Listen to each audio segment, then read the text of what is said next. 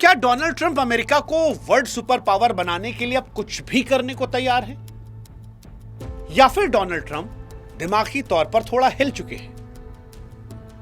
क्या Donald Trump जो कुछ कर रहे हैं वो उनकी व्यक्तिगत कुंठा है, खींच है नोबेल पुरस्कार ना मिलने की, या वो दुनिया को यह बताना चाहते हैं कि जहां बात अमेरिका के हित की होगी वहां वो दुनिया को युद्ध की आग में झोंकने से भी कतराएंगे नहीं?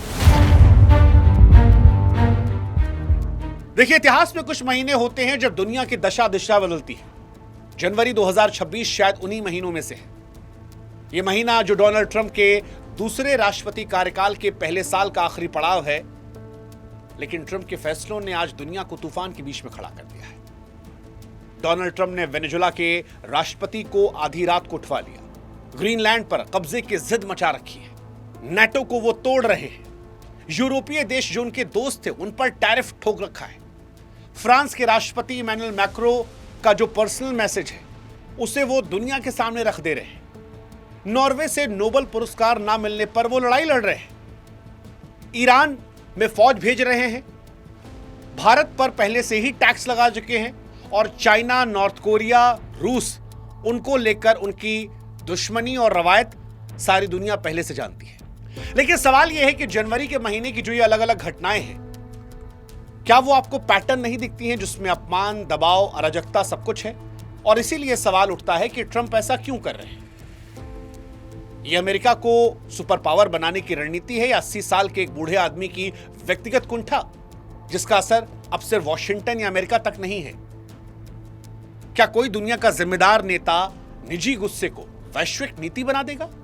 और अगर यह सिलसिला चलता रहा तो सिर्फ अमेरिका की राजनीति में संकट नहीं है, बल्कि नाटो के भविष्य, वैश्विक व्यापार, या फिर जो हमने पहले भी कहा था, तीसरे विश्व युद्ध की नींव।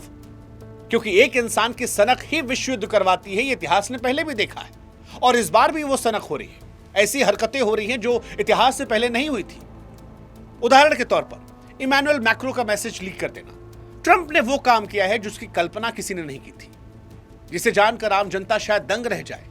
फ्रांस के राष्ट्रपति के निजी संदेशों के स्क्रीनशॉट अपने सोशल मीडिया प्लेटफॉर्म पर डाल दिए। मैक्रो ने भरोसे में आकर ट्रंप से जो कूटनीतिक बातें साझा की थी, ट्रंप ने उनका मजाक उड़ाया और कहा कि अगर फ्रांस ने उनकी शर्तें नहीं मानी, उनके बनाए गए बोर्ड ऑफ पीस में शामिल नहीं हुए, तो वो फ्रांस की वाइन और वहां के शैंपेन पर 200% तक टैरिफ लगा देंगे। ट्रंप का यह कदम सीधे सीधे एक राष्ट्रपति के द्वारा दूसरे राष्ट्रपति को कूटनीतिक रूप से दबाने जैसा मामला है।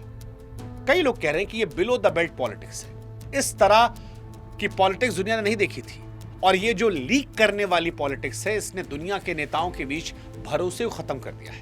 क्योंकि आज के दौर में कोई भी नेता डोनाल्ड ट्रंप से कोई भी पर्सनल बात करने की हिम्मत नहीं जुटा पा रहा, क्योंकि उसे डर होगा कि जो बातें वो कॉन्फिडेंशियल बोलेगा, कल सुबह डोनाल्ड ट्रंप उसे रिलीज कर देंगे, उसके ऑडियो टेप को जारी कर देंगे, उसके स्क्रीनशॉट्स को जारी कर देंगे। और ये इकलौती कहानी नहीं है। आपको याद होगा, बीते साल हमने कई बार बात की थी डोनाल्ड ट्रंप के नोबेल पुरस्कार को लेकर। ट्रंप कहते थे मैंने ये वॉर रुकवाई, वो वॉर रुकवाई, वो वॉर रुकवाई। इंडिया से पंगा भी उनका वॉर को लेकर था कि क्रेडिट दे दो। लेकिन ट्रंप को नोबेल पीस नहीं मिला। यह अलग बात है कि वो नोबेल पीस उन्होंने वेनेजुएला की उस महिला को दिया जिससे उन्होंने वेनेजुएला के राष्ट्रपति को उठवा लिया। लेकिन डोनाल्ड ट्रंप का ग्रीनलैंड को हथियाने का जुनून अब एक खतरनाक मोड़ ले चुका है। ऐसा लगता है कि यह साल 2019 के उस अपमान का बदला है जब डेनमार्क ने उनकी खरीदारी की पेशकश को ठुकराया था। अब 26 में डोनाल्ड ट्रंप कह रहे हैं कि न खाता न बही, जो ट्रंप को सही लगे बस वही सही। ट्रंप का दावा है कि डेनमार्क रक्षा नहीं कर सकता और वो चाइना, रशिया के हाथ देंगे नहीं, इसलिए वो कब्जा करने वाले हैं। नॉर्वे के प्रधानमंत्री जोनास गाहर स्टोरे को उन्होंने एक पत्र लिखा और उस पत्र में नाराजगी जाहिर की। उसमें वो कहते हैं कि क्योंकि नॉर्वे की नोबेल कमेटी ने उन्हें नोबेल पीस पुरस्कार नहीं दिया था, इसलिए अब वो केवल शांति के बारे में नहीं सोचेंगे और वो ग्रीनलैंड पर हमला कर सकते हैं क्योंकि नोबेल प्राइज नहीं मिला। ट्रंप के हजारों मीम्स बन रहे हैं, छोटे बच्चे को मारते हुए मीम, एक इंसान के जो सारे कंट्रीज को अपने बारे में जोड़ रहा है। और यह बात ट्रंप खुद भी कह रहे हैं। सबसे हैरानी की बात यह है, ट्रंप कनाडा को भी अमेरिका का हिस्सा बता रहे हैं, वो वेनेजुएला को भी अमेरिका का हिस्सा बता रहे हैं, वो ग्रीनलैंड को अमेरिका का हिस्सा बता रहे हैं और बड़ी बेशर्मी से बता रहे हैं। खुद पोस्ट डालकर कई बार वो कहते हैं। वेनेजुएला के तो एक्टिंग प्रेसिडेंट के तौर पर उन्होंने अपने आप को दिखा दिया। मतलब बड़ी हैरानी की बात है। डेनमार्क को लेकर तो बहुत क्लियर है कि डेनमार्क क्योंकि दुर्लभ खनिज और नए समुद्री रास्तों के लिए जरूरी है और वो डेनमार्क पर अब 25% तक टैरिफ लगाने की बात कर रहे हैं। ट्रंप रात को 1 बजे, मतलब किसी बूढ़े राजा की तरह, जैसे जिसको बीमारी होती है सपनों में बकबकाने की, वैसी एआई तस्वीरें बना रहे हैं और ग्रीनलैंड की बर्फ पर अमेरिका का झंडा गाड़ते दिख रहे हैं। बड़ी हैरानी की बात है भाई साहब।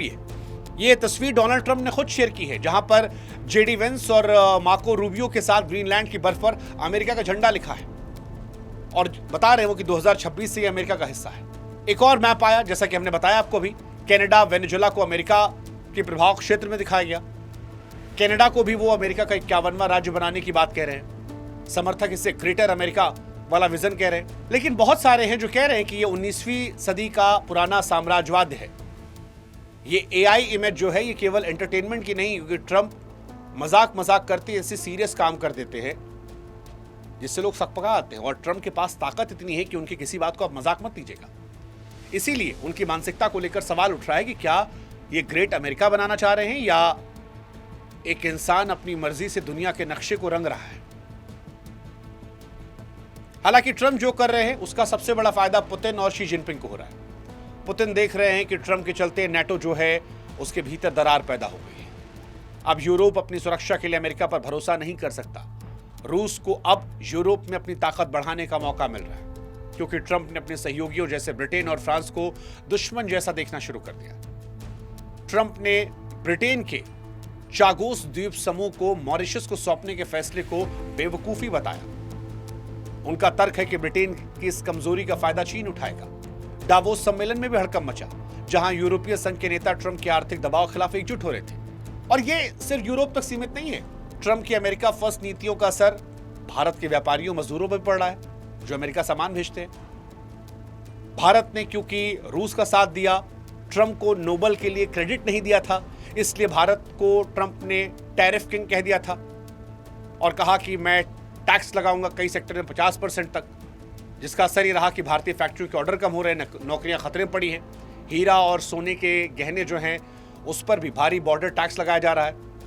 हालांकि दवाओं में अभी तक राहत है और वो राहत इसलिए कि वो अमेरिकियों को काम आती है। और बार बार वही बताते हैं कि मोदी ने फोन नहीं किया मुझे, इसलिए मैं ये करवा रहा हूं। अब क्या किसी देश का राष्ट्रपति ये बचकानी बातें बोलता है?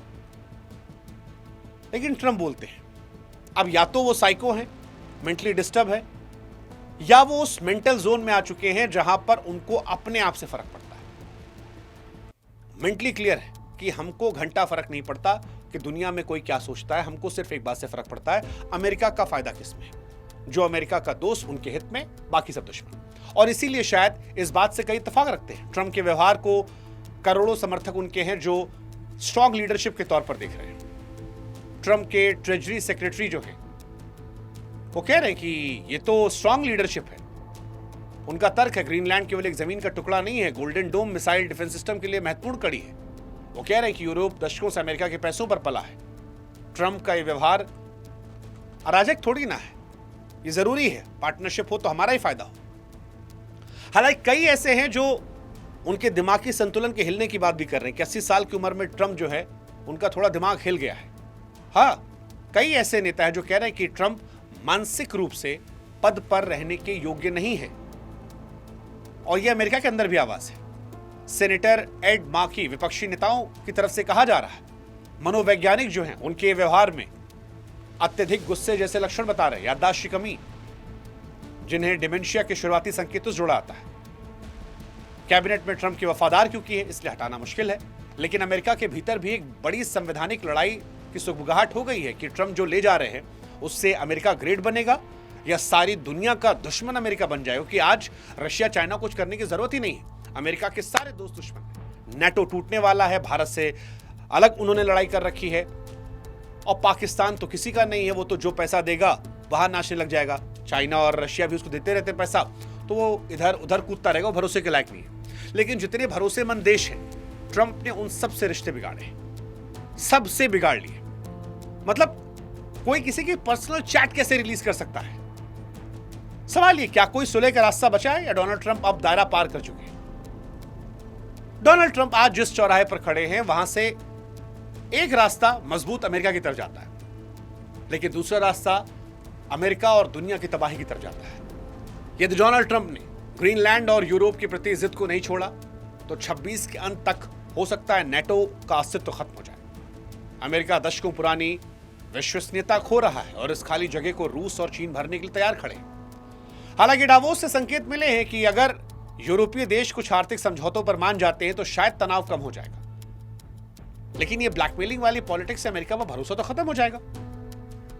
फिलहाल यह समय पूरी मानवता के लिए संवेदनशील है, क्योंकि एक परमाणु शक्ति संपन्न देश का नेतृत्व एक ऐसा व्यक्ति कर रहा है जिसके फैसले उसके व्यक्तिगत गुस्से और प्रतिशोध पर ज्यादा टिके नजर आते हैं। इसलिए भविष्य इस बात पर निर्भर करेगा कि अमेरिकी संस्थाएं और दुनिया के बाकी बड़े देश इस तूफान को कैसे शांत करते हैं। लेकिन सवाल फिर वही है कि क्या यह अमेरिका को महान बनाने की कोशिश है या एक आदमी का पागलपन? और अगर यह महान बनाने की कोशिश है तो इसमें यह सब क्यों आ रहा है कि मोदी ने मुझे फोन नहीं किया इसलिए मैं ऐसा कर दे रहा हूं, पर्सनल मैसेज रिलीज कर दे रहा हूं, वो आदमी को तो हटवा दूंगा मैं, ही शिट। क्या यही डोनाल्ड ट्रंप है? यही उनका चरित्र है, यही उनका अंदाज है। इसी अंदाज से वो राष्ट्रपति बने थे, इसी अंदाज से वो नोबेल मांग रहे थे, और ना मिलने पर यही अंदाज दुनिया को दिखा रहे हैं। डोनाल्ड ट्रंप को लेकर आपका नजरिया क्या है? आप कमेंट सेक्शन में जरूर बताइए।